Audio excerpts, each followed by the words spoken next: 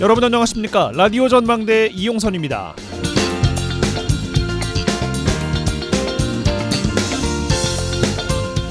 정부의 의대 증원으로 촉발된 전공의 이탈 사태가 교수들까지 확대되고 있습니다. 정부와 의료계가 강대강 개치를 하고 있는 사이에 현장의 상황은 더 심각해져 가고 있습니다. 이른바 빅5 병원 중 한 곳이죠. 서울 아산병원의 흉부외과 최세훈 부교수가 공개적으로 사직서를 냈습니다. 그가 올린 글을 보니까요. 불과 한 달 만에 이 땅의 의료가 회복 불능으로 망가진 것이 믿기지 않는다. 팀이 전부 있었을 땐 어떤 환자가 와도 무서울 것이 없었는데 이제는 환자를 보는 것이 무섭고 괴롭다. 외래 환자에게 나도 미치겠어요. 할 수 있는데 안 하는 것이 아니라 이제는 도저히 할 수가 없는 상황이라고요. 라고 울컥 말을 내뱉고 제가 더 놀랐다. 이런 내용이었습니다. 이렇게 또 한 명의 교수가 현장을 떠났고 정부는 증원된 의대 정원을 서울과 지방에 분배했습니다. 의료 현장 상황은 안중에 없는 양측의 줄다리기, 환자를 생각해서 줄을 놓는 순간 지고 만다라는 논리로 팽팽해져만 가고 있는 것 같습니다. 얼른 물꼬가 좀 튀어야 할 텐데 어떤 계기를 찾을 수 있을지 전혀 모르겠습니다. 자, 오늘 라디오 전망대가 준비한 소식입니다. 지역 소식들 뉴스 브리핑 통해서 들어보고요. 매주 수요일 코너 라전 법정, 오늘은 상속과 증여에 관련된 법률에 대한 이야기 살펴보겠습니다. 칭찬해 주세요. 이어집니다.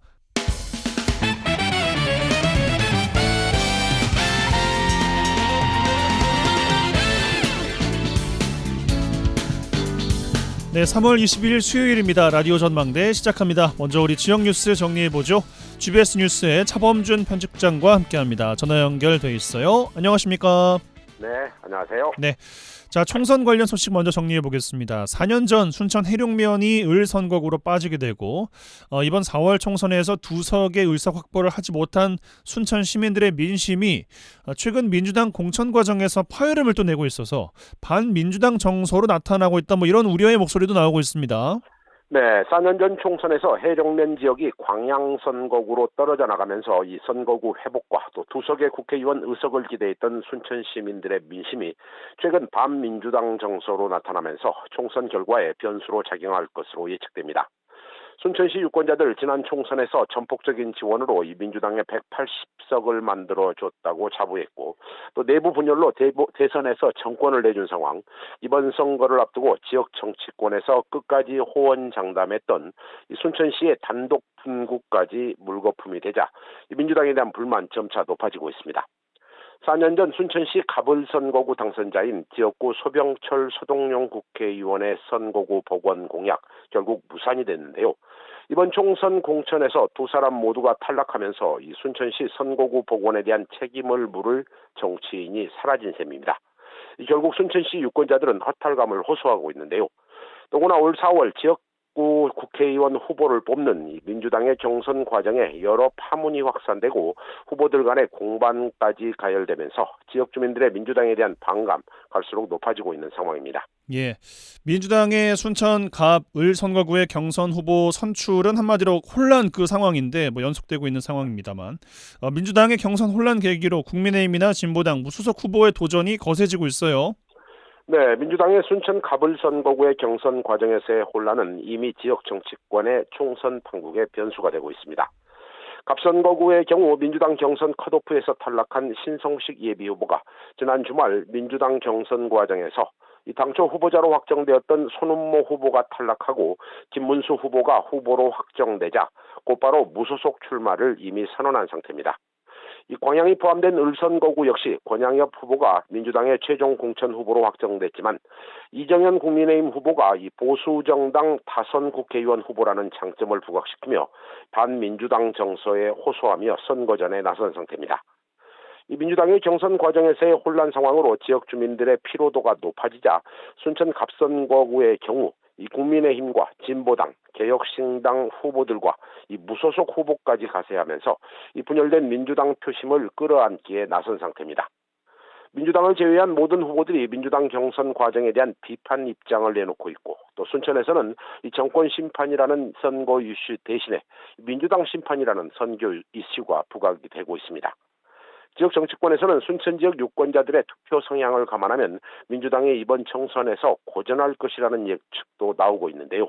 이 과거 순천에서 보수 정당인 당시 새누리당 이정현 후보나 이 진보당 김선동 후보가 국회의원으로 당선된 전력이 있다는 점을 감안하면 민주당의 위기 상황인 것만큼은 분명해 보입니다. 예, 알겠습니다.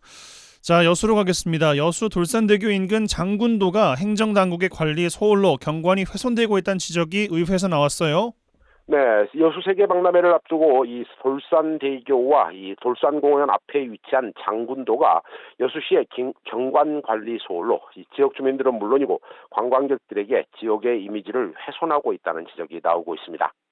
여수시의회 진명숙 의원은 최근 임시회 본회의 5분 발언을 통해 장군도가 오랜 세월 동안 지역민들로부터 사랑을 받아왔지만 이 뱃길이 끊긴 지 수십 년이 되면서 이 사람의 발길도 끊기고 또 섬에 쓰레기가 쌓이며 방치되고 있다고 주장했습니다. 해당 의원은 장군도의 최근 유해 조수인 민물 가마우지 때의 배설물이 섬 전체를 뒤덮으면서 백화 현상이 발생했고 수령이 수백 년 된 수목이 고사했고 또 배설물이 바다로 씻겨나가 바닷물이 오염되는 등 심각한 부작용을 낳고 있다며 여수시에 집중적인 관리가 필요하다고 주문했습니다. 예, 발길이 끊기고 관리를 하지 않았던 것이 경관을 해친 결과를 초래했습니다. 장군도가 바다에서 여수 여객선 터미널로 들어오는 관문이에요. 뭔가 대책이 필요해 보이긴 합니다. 네, 여수시의회 진명숙 의원은 장군도가 여수 관광 명물인 돌산대교 바로 앞바다에 위치해 이 장군도의 경관 훼손이 관광객들이나 시민들에게 좋지 않은 인상을 심어주고 있다고 주장했습니다. 진명숙 의원은 장군도가 방치된 상황에서 2026 여수 세계 섬 박람회 등 대형 행사를 어떻게 치르겠냐며 장군도의 백길 복원이 여수시의 정체성을 회복하는 길이라고 대안을 제시했습니다. 해당 의원은 장군도를 개방해 산책길을 조성하고 여수 이미지를 형상화한 상징물을 설치하는 등 이 테마가 있는 섬으로 조성하는 방안을 제시했는데 이 진명숙 의원은 최근 여수시가 장군도 복원 사업을 추진하겠다는 입장을 밝힌 만큼 여수시가 장군도 재정비를 통해 섬이 더 이상 황폐화되지 않도록 하고 이 백길 복원에도 힘써달라고 주문했습니다. 예, 알겠습니다. 자, 광양에서 마무리합니다. 광양시 의회에서 특정시 의원이 집행부 간부 공무원으로부터 업무 보고를 받는 과정이 있었는데 이 과정에서 갑질 논란이 제기됐다고요? 네, 광양시 의회 정례회 간담회에서 한 시의원이 업무 보고를 하러 온 간부 공무원이 인사를 하지 않았다는 이유로 이 갑질을 했다는 내용이 시 공무원 노조 게시판에 제시되면서 지역에 논란이 되고 있습니다. 이 언론 보도에 따르면 해당 논란은 광양시 의회 간담회가 진행되는 도중 시 특정 부서의 과장의 보고를 앞두고 이 광양시 의회 한 의원이 의원에게 인사를 하지 않은 해당 부서 과장의 보고는 받을 수 없다며 과장 대신 국장으로부터 보고를 받겠다고 요청했고 결국 해당 부서의 보고는 서면 보고로 대체됐다고 합니다. 해당 의원은 광양시 특정 부서 과장이 의도적으로 자신을 무시했다는 취지의 발언과 함께 업무 보고를 받을 수 없다는 입장을 밝히면서 갑질 논란이 빚어졌습니다. 글쎄요, 어떤 관계가 있었던 건지 아니면 예전에 어떤 일이 있었던 건지 뭔가 사연이 있지 않았을까 생각이 들기도 하는데요. 네, 진행자님 말씀대로 이번 논란의 배경에는 특정 시의원과 시 간부 공무원의 개인적인 감정 대립이 발단이 되었다는 추측이 나오고 있습니다. 보도에 따르면 해당 의원과 시 간부 공무원은 지난해 업무 과정에서 갈등이 있었고 시 간부 공무원이 시 의원에 대해 사과를 요구했지만 해당 의원이 언급을 끝까지 회피해 감정의 골이 생겼다는 분석이 나오고 있습니다. 이 관련 내용을 공무원 노조 게시판에 올린 익명의 게시자는 해당 시의원을 지목해 이 개인적인 감정을 시민을 위한 업무에 노골적으로 표현했다며 해당 시의원이 대승적으로 15만 시민을 위해 큰 그림을 그리면 좋겠다 이런 취지의 글을 올렸습니다. 시의원의 갑질 논란이 불거지자 지난주 광양참여연대는 이례적으로 성명을 내고 해당 의원은 피해 당사자와 광양 시민 앞에 공개 사과하고 광양시 의회는 철저한 진상조사와 재발방지 대책을 마련하라고 촉구했습니다. 예, 알겠습니다. 이 정도로 마무리해보죠. 뉴스브리핑 GBS 뉴스의 차범준 편집장과 함께했어요. 고맙습니다. 네, 고맙습니다.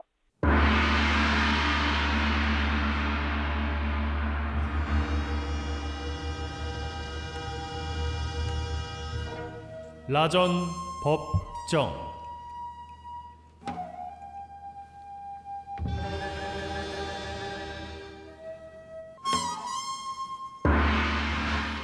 내 생각만 옳은 것은 아니다. 이런 주장도 있다. 이슈를 바라보는 눈을 키워드립니다. 라디오 전망대 라전법정 시간입니다. 매주 수요일 시간 오늘도 두 분과 함께합니다. 부부 변호사 송하진 이결아 변호사 두 분 어서 오십시오. 네, 안녕하세요. 반갑습니다. 네, 한 주 또 어떻게 지내셨습니까? 근황 여쭐게요. 그러게요. 한 주가 또 금방 지나갔네요.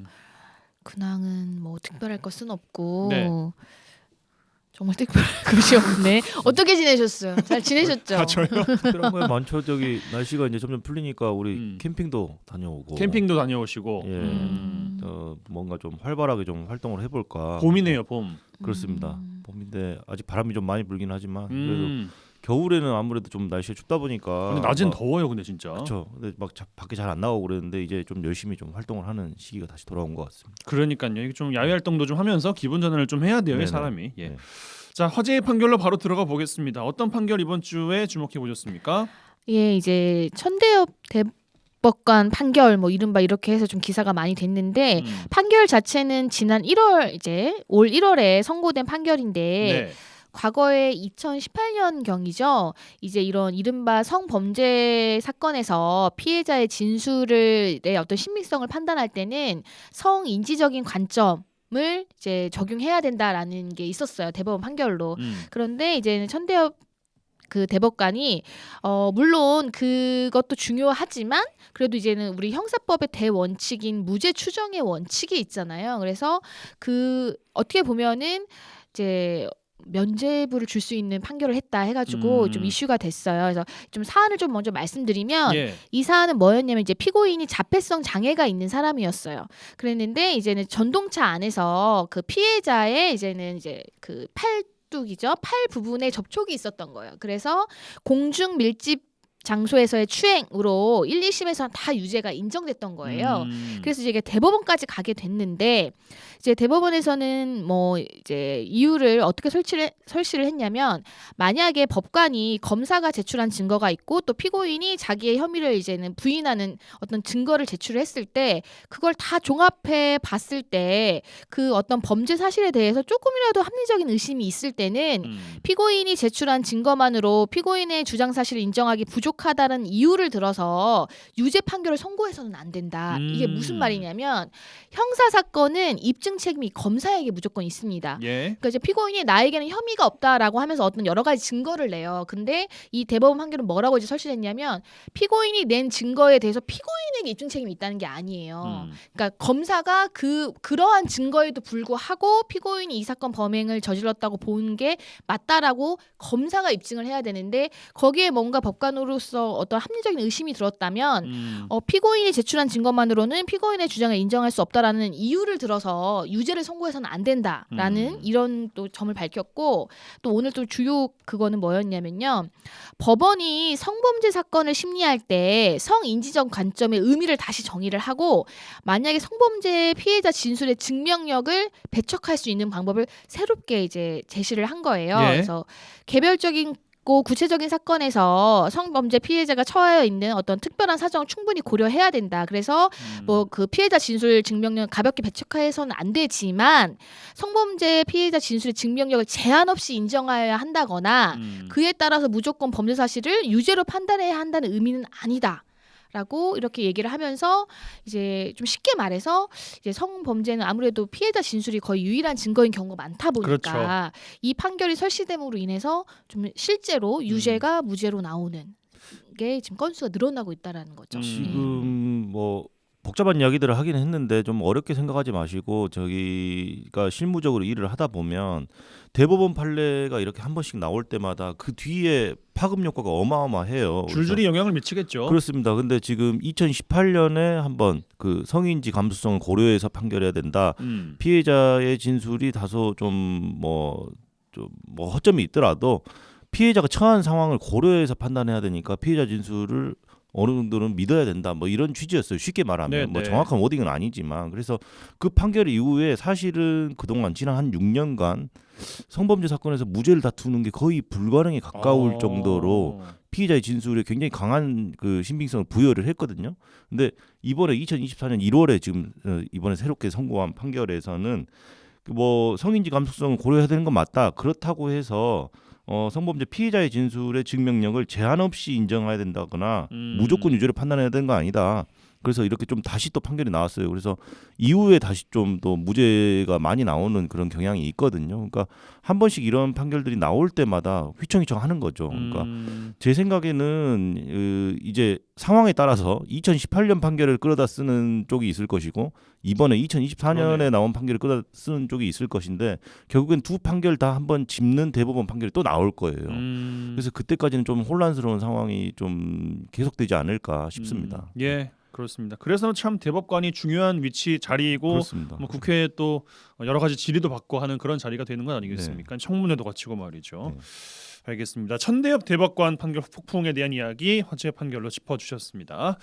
자, 이 정도로 정리해보고 주제로 넘어가겠습니다. 오늘 주제 상속세 및 증여세법 위반입니다. 뭐 이런 소식 들으면은 아유, 뭔 딴 나라는 이야기하고 있냐 뭐 이렇게 이야기할 수도 있겠습니다만 최근 국토부 조사에서 아버지에게서 수십억 원을 빌려서 70억 원 가까운 초호화 아파트를 산 딸이 편법 증여가 의심돼서 국세청에 통보했습니다.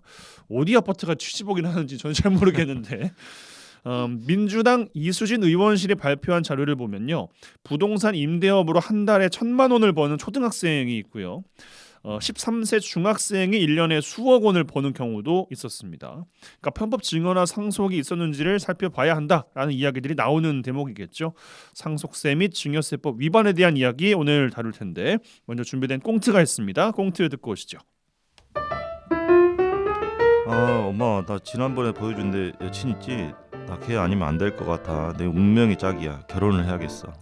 아이고 이놈아, 네가 벌어놓은 돈이 있냐, 직장이 있냐, 엄마 떡집에서 배달이나 다니는 놈이 결혼은 무슨 놈의 결혼이야. 아이, 그러면 이렇게 평생 늙어서 죽을 거야? 나 총각 귀신 되는 꼴이 그렇게도 보고 싶냐고. 아니, 요즘 다들 결혼도 안 한다고 난리인데 결혼이라도 한다고 하면은 뭐 장하다 내 새끼 해야 되는 거 아니야? 아이고 아주 마른 청산 유수여. 그냥 결혼이 장난도 아니고 집도 있어야 할 거 아니여. 어디 뭐 단칸방에서 살 거야? 아니, 집 있잖아. 주머니에 동전 한 푼도 없는 놈이 뭔 집이여. 네가 집이 어딨어. 아니, 저기 옹천에 엄마가 분양받아 놓은 그 프리미엄 아파트 있잖아. 거기서 살라고. 그거 내가 평생 새벽부터 떡해서 모은 돈으로 산 거요. 안 돼. 아니, 누가 말도 안 공짜로 되는 주래? 저기 1,000만 원 정도는 걔랑 나랑 융통해 올 수 있으니까 그거 받고 나한테 팔라는 거지. 뭐라고? 5억짜리 아파트를 1,000만 원에 팔라고?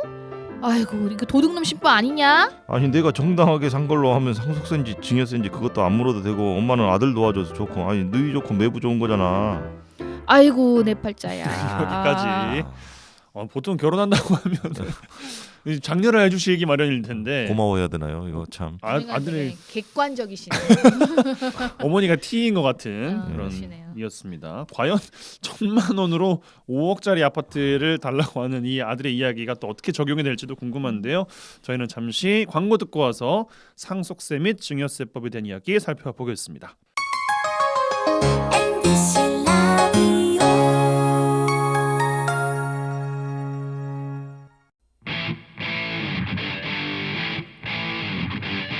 젊고 당찬 시사 생활밀착 뉴스 이용선의 라디오 전망대.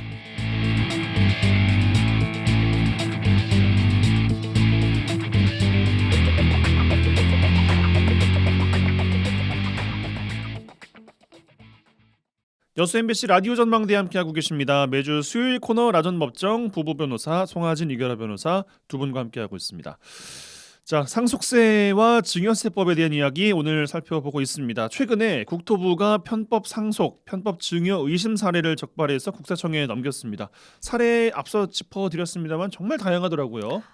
이제 국토교통부가 총 3차례에 걸쳐서 기획조사를 벌였다고 해요. 특히 그 아파트 직거래에 대해서. 예. 그래서 뭐 1차 조사 때도 뭐 많은 적발 건수가 있었고 2차 때도 그랬는데 이제 3차 발표가 최근에 있었는데 위법이 의심되는 87건의 거래에서 위법 의심 행위로 103건을 적발했다고 발표를 했습니다.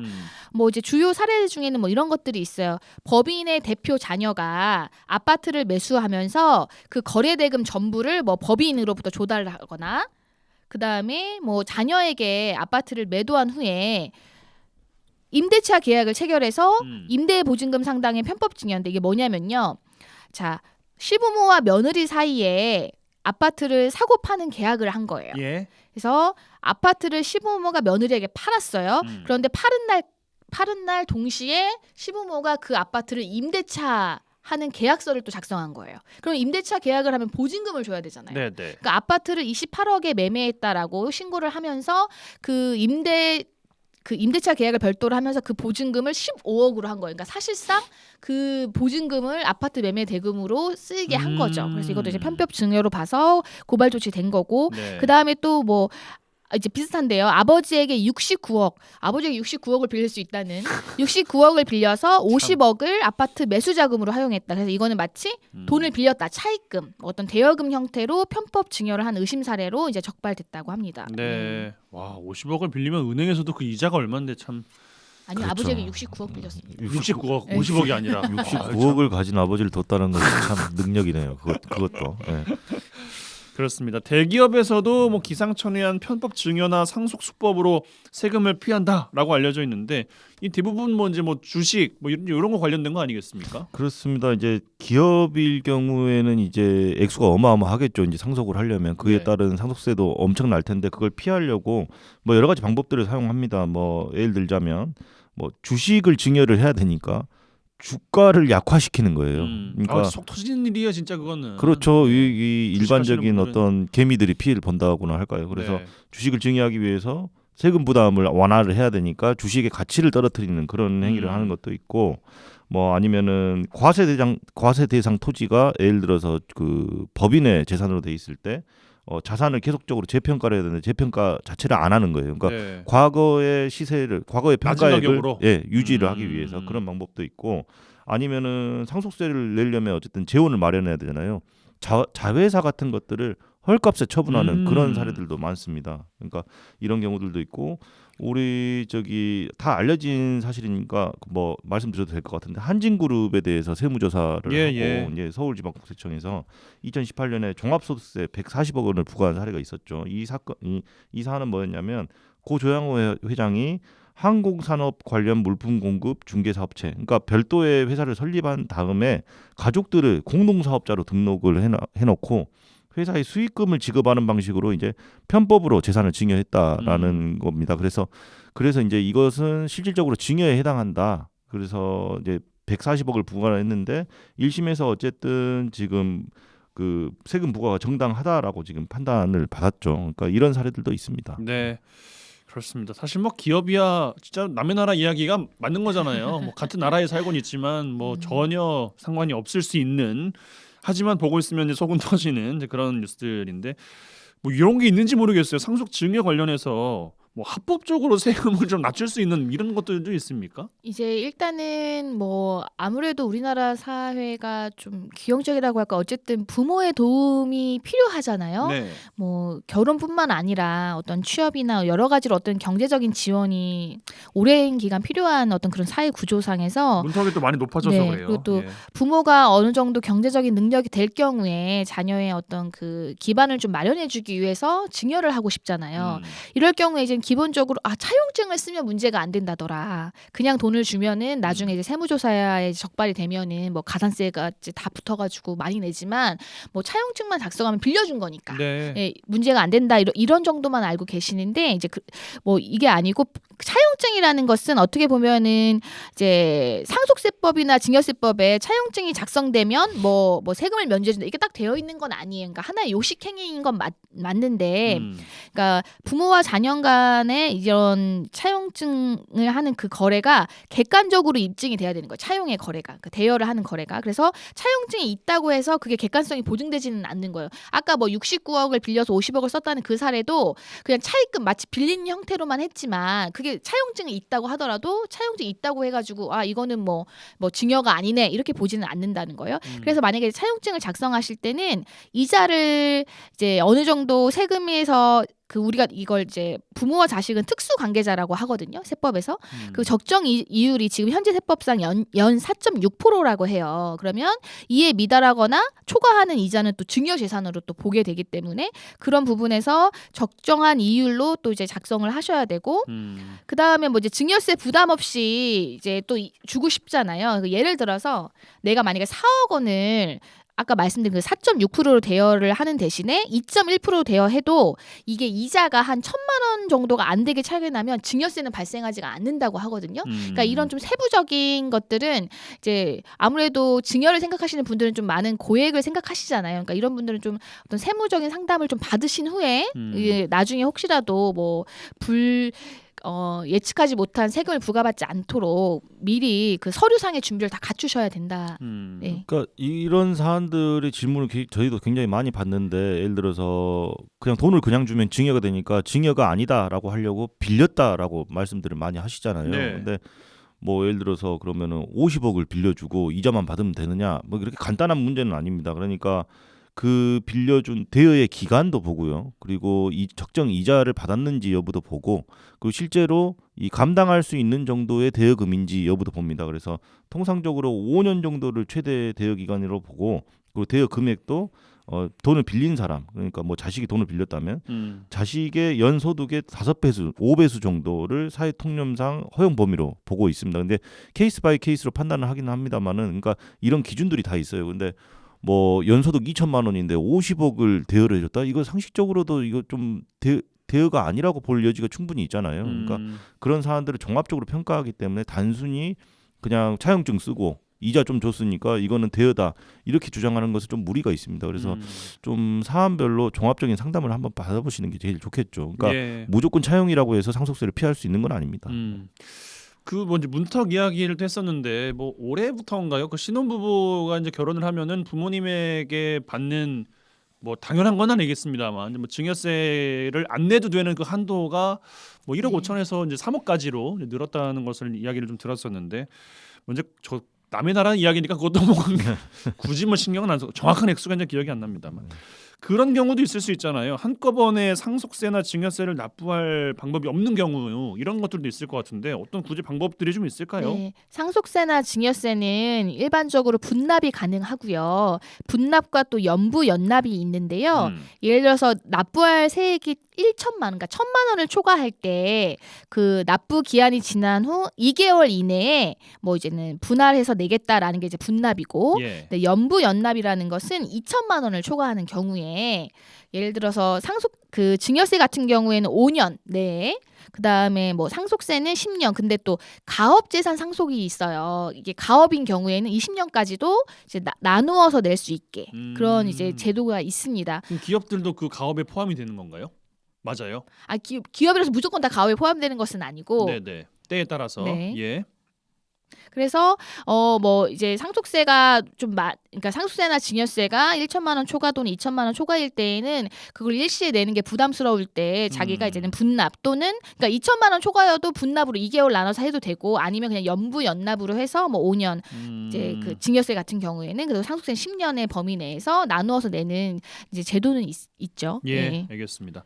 올해 2024년부터 증여세 관련 내용이 달라지는 것들도 좀 있다고 하는데 어떤 것들 달라지는지도 짚어주실까요? 우선 지난해 11월에 세법 개정안이 국회를 통과했습니다. 뭐 주요 내용은 혼인 출산 증여 재산 공제 제도입니다. 아까 잠깐 말씀하셨던 예. 거. 예, 그래서 원래 기본적으로 성년의 자녀가 부모로부터 재산을 증여받는 경우에는 증여세 과세가액에서 원래 5천만 원을 공제받을 수 있는데 예. 이제 새롭게 도입된 혼인 출산 증여 재산 공제는 이 5천만 원 기본적으로 받을 수 있는 공제와 더불어서 이제 혼인일 전후 2년 이내 또는 자녀가 출생했을 때 자녀의 출생일 2년 이내에 직계 전서로부터 증여를 받는 경우에는 또 추가 5천만 원 해서 총 토탈 1억 원을 공제받을 수 있는 제도입니다. 그러니까 이게 각각 뭐 1억 원이 아니고 그러니까 총 합쳐서 그러니까 부모님한테 그냥 받을 수 있는 거 5천만 원 그리고 혼인일 전후 또는 자식이 태어나고 나서 2년 내에 또 추가로 5천만 원 해서 총 1억 원의 한도 내에서는 지금 상속세 증여세가 부과되지 않는다. 이런 제도가 새롭게 도입됐다라고 아시면 되겠습니다. 예, 알겠습니다. 윤석열 대통령이 상속세 완화를 언급하면서 뭐 상속 증여세법 개정 건의가 쏟아지고 있다라는 이야기를 들었습니다. 어떤 내용들이 논의되고 있을까요?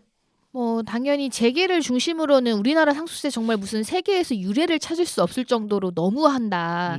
오히려 그래서 뭐 이제 그런 게 어떤 뭐 정부의 지금 뜻과 좀 어느 정도 맞아가고 있는 것 같아요. 그래서 우리 지금 윤석열 대통령이 지난 1월에도 상속세 개혁해야 된다라고 이제 필요성을 시사했는데 다른 나라에 비해서 과도한 상속세 부담이 국내 기업의 가업 승계 자체를 막아버리고 그런 걸림돌로 작용하고 있을 뿐만 아니라 주가에도 부정적인 영향을 준다. 그래서 이제 최근에 뭐 최 부총리가 이제 경제부총리가 얘기를 했죠. 그 국회 논의 과정에서 이제 2002년 세법 개정 당시에 연매출 5천억 원 미만인 중소기업에 대해서는 공제 한도를 6천억 원을 적용하고 있는데 원래 이것도 좀 깎였다는 거예요. 그때 당시에 2022년 세법 개정 당시에도 지금 뭐 이제 최 부총리의 어떤 개인적인 의견이라고 얘기는 하긴 했지만 연매출 1조 원 미만 기업에 공제 한도를 한 1,000억 원을 적용하는 것으로 이제 생각하고 있다라고 이제 하고 있고요. 이제 가장 그리고 또 뭐 이제 재계를 중심으로 말하는 게 상속세율이 너무 높다는 거죠. 그래서 이제 그거를 일단은 많이 인하를 해야 된다라고 하고 있고 또 그런 어떤 움직임이나 요구에 대해서 또 그 정부 부처도 뜻을 좀 같이 하고 있는 모양새로 가고 있기 때문에 특히나 또 뭐 법인세나 뭐 좀 다른 부분이긴 하지만 법인세도 많이 인하했잖아요. 물론 그 부분에 대해서도 여전히 더 해야 된다라고 하는 얘기는 있지만 그래서 아마도 상속세가 거의 뭐 60%까지 또 부과가 되기 때문에 사실 또 모르겠어요. 상속을 받는 사람 입장에서는 그리고 상속을 해주는 사람 입장에서는 내가 일군 거를 정부에서 그러니까 나라에서 60%나 떼간다고 생각을 했을 때는 뭐 이제 또 그 어떤 개인의 재산에 대해서 너무 많이 국가가 너무 많이 재산권을 침해하는 침해하는 것이 아니냐 이런 생각 이런 어떤 그런 요구나 이제 그런 움직임도 있고 또 그거에 대해서 또 여론도 어느 정도 형성이 돼가고 있어서 아마 이제 완화의 방향으로 갈 것 같습니다. 예, 뭐 재정 고가는 점점 없어진다는데 뭐 세금은 다 깎아준다 그러고 뭐 어떻게 해야 되는 거냐 뭐 이런 분들도 계시는 것 같습니다만. 아무튼 이제 그런 내용들이 이어지고 있다라는 현황들을 말씀을 드립니다. 뭐 액수와 자산의 규모와 무관하게 뭐 상속이나 증여를 또 앞두고 있거나 혹은 염두에 두고 계신 분들도 계실 수 있어요. 듣는 분들 중에서 네. 좀 현실적인 조언 몇 가지 좀 주시면 좋겠습니다. 우선 우리 꽁트 사례처럼 이렇게 좀 간단한 문제는 아니에요. 그러니까 5억짜리 아파트를 1,000만 원에 나한테 팔아라라고 지금 자식이 부모한테 지금 그러고 있잖아요. 네. 그러면 이 가능한 거예요. 내가 꽁트는 안 짚어봤구나. 아니 돈 주고 샀는데 이거 네. 뭐 내가 이거 증여받은 게 아니다라고 뭐 이렇게 간단한 문제가 아니에요. 이렇게 간단하게 접근하시는 분들이 생각보다 근데 굉장히 많습니다. 그러니까 예를 들어서 5억짜리 아파트니까 한 3억에 그러니까 1,000만 원 너무 심했고 3억에 산다. 이런 무슨 문제가 생기냐면 시세가 5억이잖아요. 그렇죠. 근데 3억에 팔았다. 그럼 2억만큼 증여한 걸로 봅니다. 아. 그러니까 그렇게 생각을 하셔야지. 그러니까 요즘에는 그 시세를 다 확인할 수 있는 기준점들도 다 있잖아요. 그렇죠. 예, 기준점이 사이트나 있죠. 그래서 어플 뭐 같은. 5억짜리 아파트인데 뭐 금매 형태로 해가지고 뭐 4억 8천에 팔았다 뭐 이 정도라면 모르겠는데. 그 아파트 단지 난리 납니다. 그러면. 그렇죠. 예. 막 이제 그건 좀 약간 좀 삼천포로 빠지는 것 같고. 그러니까 그렇게 간단한 문제들이 아니거든요. 그래서 이렇게 좀 뭐 엄마가 그냥 나한테 3억에 팔았으니까 괜찮겠지. 뭐 1,000만 원에 파니까 괜찮겠지. 아니 절대 아니고 항상 좀 세법 그러니까 여러 가지 법들이 있지만 그 중에 가장 개정이 작고 그리고 그 내용도 복잡한 것이 세법이에요. 그래서 이런 일들이 발생했을 때는 기본적으로 저희는 무조건 전문가와 상담을 하기를 저는 권하거든요. 그러니까 세무사를 찾아가라. 그렇습니다. 그러니까 저희도 복잡한 일들이 터지면 저희도 세무사 상담 받을 정도로 예. 예, 그런 영역이고 그리고 특히 상속이라는 문제는 뭐 이렇게 대기업 총수들처럼 막 계획적으로 상속을 하는 경우도 있지만 이 상속이라는 개념 자체가 원래 그거잖아요. 그 망인이 갑자기 돌아가시는 순간 발생하는 또 상속의 문제지 않습니까? 예. 근데 뭐 배우자 공제가 어떻고 자식들이 공제가 어쩌고 뭐 이런 부분들 그리고 신고해야 되는 기간이 있고 이런 부분들을 종합적으로 저 개인들이 알아서 하기가 힘들어요. 그래서 토탈 서비스를 좀 한번 상담을 한번 받으시는 게 가장 좋은 거고 증여를 염두에 두고 계신 분들도 제가 아까 말씀드린 것처럼 그렇게 간단하게 그냥 대충 차용증으로 쓰고 그냥 돈 빌려주는 것처럼 꾸미면 되겠지 이런 문제가 아니거든요. 그리고 세무조사라는 것이 그 즉시 나오는 게 아니에요. 막 몇 년 뒤에 나오거든요. 뭐 거래가 그래요? 실제 거래가 있고 나서 뭐 2년, 3년 뒤에 나왔을 때 안심하고 있다가 그냥 세무조사한테 들이닥치는 거예요. 그렇죠. 그래서 증빙 자료라든지 이런 거 없이 그냥 허술하게 그냥 내 생각에는 이 정도로 하면 대여로 처리되겠지라고 했다가 크게 그 얻어맞는 경우가 있기 때문에 이런 문제들이 발생했을 때는 전문가의 조언과 상담을 받아보시는 게 좋겠다고 생각합니다. 예, 뭐 이 변호사님 추가하실 만한 내용 있을까요? 뭐 그런 부분을 궁금해하세요. 내가 어느 정도 재산이 있는데 이거를 지금 내가 살아있을 때 증여로 주는 것이 세금에서 좀 더 나을지 아니면 어쨌든 나중에 뭐 상속의 형태로 하는 것이 나을지에 대해서 그럴 수 있겠네. 아마 이제 이게 세금률이나 이제 세율 때문에 아마 그렇겠죠. 그리고 이제 그런 고민을 하시는 분들은 아까 말씀하신 재산이 적고 많음에 따라서 물론 이제 공제되는 한도가 있기는 하지만 그래도 다 같은 고민이긴 하거든요.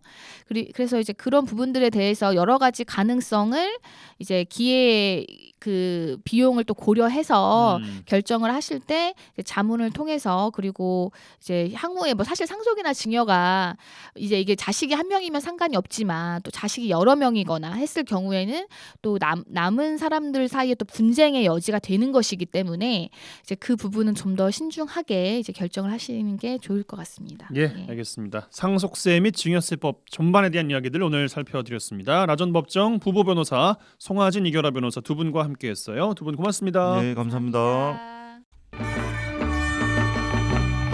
잘했군 잘했어 잘했군 잘했군 잘했어 그러게 내 영감이라지 잘했군 잘했어 잘했군 잘했군 잘했어 그러게 내 마누라지.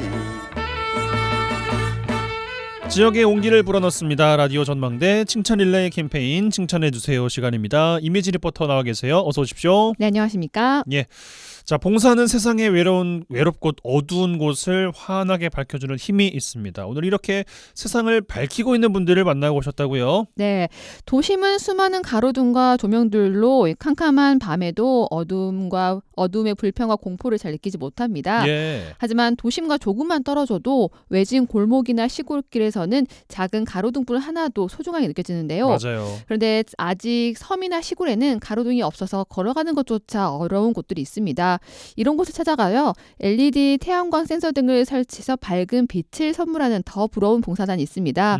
이제는 더 부러운 봉사단보다 반딧불이 봉사단이 더 어울릴 만큼 전남 동구권을 넘어서 전남 곳곳에 빛을 선물하고 있습니다. 더 부러운 봉사단 박기현 회장과 박은하 사무국장 만나봤습니다.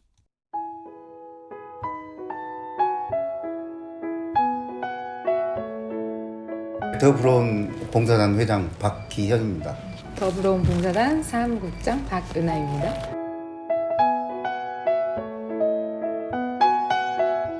처음에 이 봉사단을 만드는 계기가 있을 것 같으세요? 제가 어머님이 그 순천시 자원봉사협의회 회장을 하셨었어요. 그리고 어머님을 제가 수행도 하고 다니고 옆에서 계속 따라다녔어요. 그러다 보니까 자연스럽게 봉사활동을 하게 됐죠. 제가 좀 세월이 지나서 제가 자원봉사협의회 사무국장도 하게 되고 그렇게 하다가 봉사활동을 어떻게 해야 할지를 모르는 사람들이 많아요. 야, 그럼 우리가 한번 뭉쳐서 우리가 이렇게 나 좋은 생각이 있는데 같이 한번 해볼까? 그래서 이렇게 만들어졌죠. 처음에는 우리 교통공사 서포터지도 좀 하고 그 동천병이나 저기 그 서남사길이나 이렇게 올라가면서 환경 정화도 많이 하고 그랬었죠. 대문 페인트 칠도 하고 방충망 교환도 해주고. 소속은 순천시지만 네. 다른 지역까지 다 봉사를 나가시더라고요. 네. 제가 이런 활동을 하다 보니까 민원이 있잖아요. 막 그분들이 야 우리 뭐 목포에 어머니가 살고 계신데 거기가 너무 어두운데 그거 좀 해주면 안 돼? 아 그거 해줘야지. 예, 뭐 목포도 가고 신안도 가고 안도도 다녀왔죠. 안도가 너무 어두운데 그 뭐 좀 이렇게 방법이 없냐 물어보시더라고요. 그러면 우리 회원들 뭐 데리고 싹 한번 우리가 일단 답사를 한번 가보마. 근데 거기 가니까 거기에 그 이장님 같은 분이 있더라고요. 저희들을 다 데리고 다니면서 어디가 어둡다 뭐 이렇게 하더라고요. 아 그럼 좋다. 그러고 그 다음에 들어가가지고 110개소 정도 설치하고 갔죠. 센서등이죠. 그게 태양광 패널이 있고 안에 배터리가 있잖아요. 충전이 돼서 사람 지나거나 뭐 동물이 지나가 그때만 켜지니까 아마 수명이 저를 또 테스트를 해봤거든요. 한 1년 정도 놔뒀는데도 아무 이상이 없더라고요. 그래서 아 제품 괜찮다 해서 그걸로 컨택해서 저희들하고 또 처음에는 뭐 하루 종일 걸 때도 있고 며칠씩 걸 때도 있었어요. 그 이 봉사를 하기 위해서. 지금은 한두 시간 정도면 다 해결돼요. 그래서 저희들도 이제 딱딱딱 저희들도 이제 뭐가 잡혀 있죠. 무안의 어떤 한 동네를 가잖아요. 그럼 저희들이 어떻게 알아요? 모르잖아요. 그러면 이제 거기에 어떤 민원이 생겼기 때문에 그 친구 우리 집 앞에 좀 해줘. 너무 어두워. 그 친구를 데리고 갑니다. 그러면 그 친구 데려가면 그 동네 한 동네가 뭐 그 정도 한 반경이 있잖아요. 그 골목길을 우리가 싹 그 다음 지도도 보고 이렇게 봐가지고 우리가 싹 그 골목길만 싹 돌죠. 아 이거 진짜 어둡겠다 생각하는데 그래 그렇게 해요 설치하고. 그 전에는 막 먼저 선행 가가지고 답사를 먼저 해가지고 이거 하고 야, 제품 뭘로 하지 뭐 어떻게 하지 막 그런 것도 막 여러 가지로 막 이렇게 시간도 많이 걸려. 지금은 이제 다 프로가 됐죠 이제. 그냥 딱 풀어놔도 저기들 쫙 보자고 자기들 짝짝짝 하고 나무에 박을 때도 있고 이런 콘크리트 박을 때도 있고 그런 것도 어떻게 할 줄 몰랐어요 처음에. 하나부터 열까지 다 이제 하면서 이 친구들 다 프로가 됐어요. 한 명은 실리콘 싸고 다니고 한 명은 뭐 그 구멍 뚫고 다니고 한 명은 나사 볼트 채우고 다니고 뭐 이렇게 다 이제 하고 다니죠. 문제점이 뭐냐면 지나가는 벽에 설치하다 보니까 저희들이 가장 슬림한 걸로 해놔요. 그 지나가는 차량이나 가면서 닿아가지고 다칠 수도 있기 때문에 진짜로 마을회관 앞이나 이런 데는 거기는 좀 고가로 해줘요. 전 다 가봤어요. 또 수시로 가봐요. 또 심심하면 또 가보고. 근데 도난이 있어요. 몇 개가 없어졌죠. 좋은 거. 야 그런 거 보면 진짜 속상해. 그걸 띄가지고 다 자기 집 앞에 또 달았다는 생각이 드는 게 그런 게 좀 분노가 치밀해져. 어두운 골목 정도 되면 CCTV나 이런 게 없어요. 사실은 그래도 저희들이 CCTV도 같이 할까 그런 생각도 해요. 그렇게 하다 보니까 이렇게 자꾸 뭔가 써지는 거예요. 굉장히 다양한 곳을 다니셨잖아요. 네. 뭐 곡성도 다니고 여수, 네. 섬도 다니시는데 네. 가장 기억에 남는 곳이 있으세요? 아 곡성입니다. 곡성은 가가지고 막 하고 있는데 밥을 안 먹고 우리가 하고 있었거든요. 근데 어떤 그 할머니가 돼지 수육 삶아놨다고 수육에다가 이렇게 막걸리를 한 잔 주신 게 그게 또 이제 하면서 아니 이렇게 어디서 제일 처음에 자기들 또 어디 뭐 군이나 이런 데 나와서 그런 건 줄 알았더니 자원봉사 단체라는 것을 알고 너무 이렇게 따뜻하게 맞아주시더라고요. 우리가 자원봉사를 하지만은 우리도 사실 좋지만 그 당사자도 진짜 좋을 거 아니에요. 그분보다 우리가 더 행복해요. 그때 그분의 또 돼지 수육 멸치볶음이나 막 이런 걸 진짜로 좋았죠. 그 뒤에 또 곡성에서도 피드백이 왔어요. 그 어두운 골목길에 사람 지나갈 때 불이 딱 켜져갖고 그 사진을 저희들한테 보내왔어요. 근데 그게 너무 하는 거예요. 내가 야 우리 잘했다 막 하면서.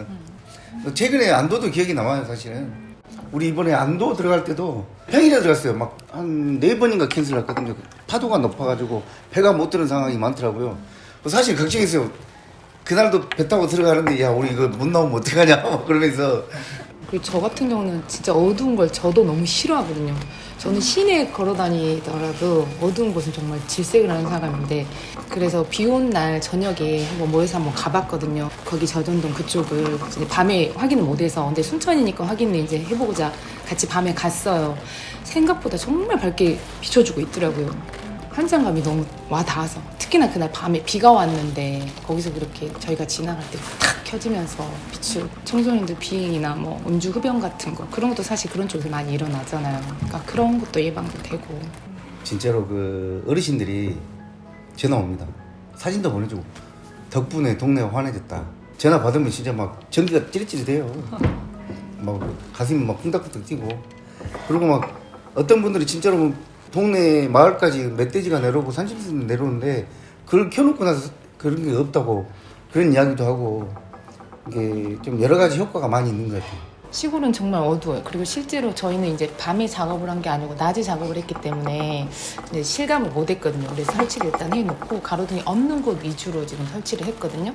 하고 나서 그 뒤에 사진 한 장 부탁을 드렸어요. 밤에 이제 뭐 곡성까지 갈 수가 없으니까. 근데 정말 생각보다 밝더라고요. 그 골목 라인에 한 3개, 4개 정도로 설치를 했는데 환하게 보이더라고요. 그 사진을 보내주셨는데 그럴 때 이제 정말 뿌듯하고 희열을 느끼죠. 고맙다고도 하시고. 주말이나 어떤 시간 남을 때 이제 그거 하면 아까 그 봉사 받는 사람도 좋지만 사실 우리가 더 좋다니까요. 다른 거 없어요. 딱 그거예요. 우리가 행복하지 그분이 행복하라고 한 거 아니에요. 저희들이 더 행복합니다. 그게 가장 중요한 것 같아요. 그것도 있습니다. 저희들이 데리고 와가지고 그냥 무조건 꼭 가기도 해요. 그러면 한 2번 하다가 자연적으로 이렇게 빠져들어요. 스며들고 회원 딱 영입하죠 저희들이. 그게 주위 사람들이 변화하는 모습도 굉장히 기분이 좋은 것 같아요. 그렇죠. 주위 분들이 좀 도와줘요.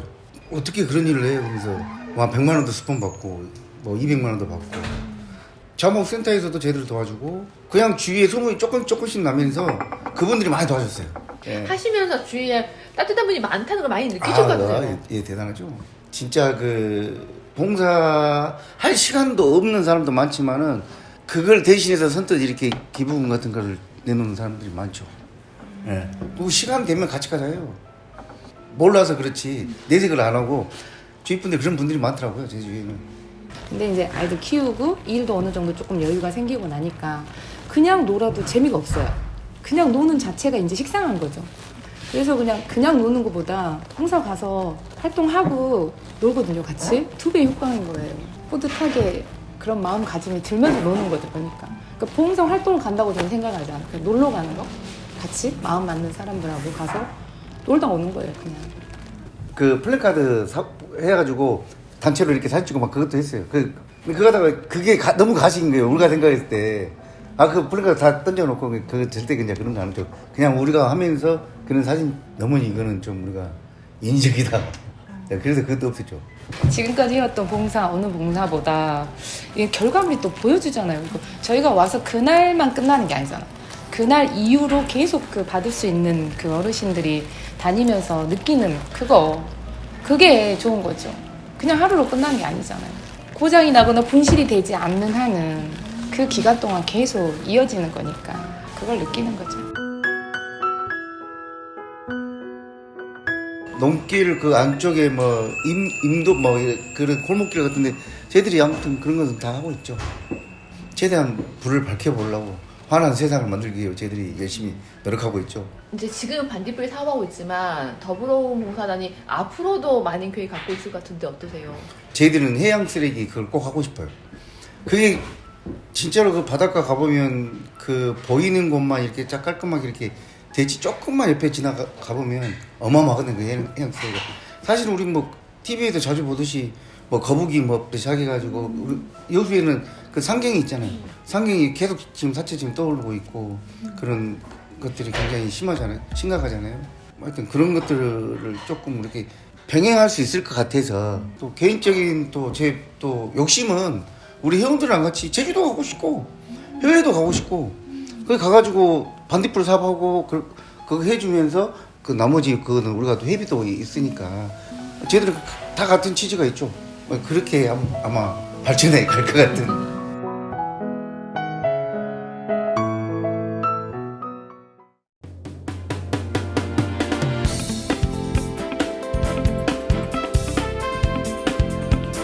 네, 3월 20일 수요일 라디오 전망대 오늘 준비한 소식은 여기까지입니다. 오늘도 고생 많으셨습니다. 내일과 금요일 이틀간 제가 휴가를 좀 갈 예정입니다. 그래서 여수 MBC 송유라 아나운서가 대신해서 라디오 전망대 진행한다는 점 미리 공지 말씀드리겠습니다. 내일과 모레 목, 금 이틀간은 송유라 아나운서가 진행한다는 점 공지 말씀드리겠습니다. 오늘도 고생 많으셨습니다. 마무리 잘하십시오. 이용선이었습니다.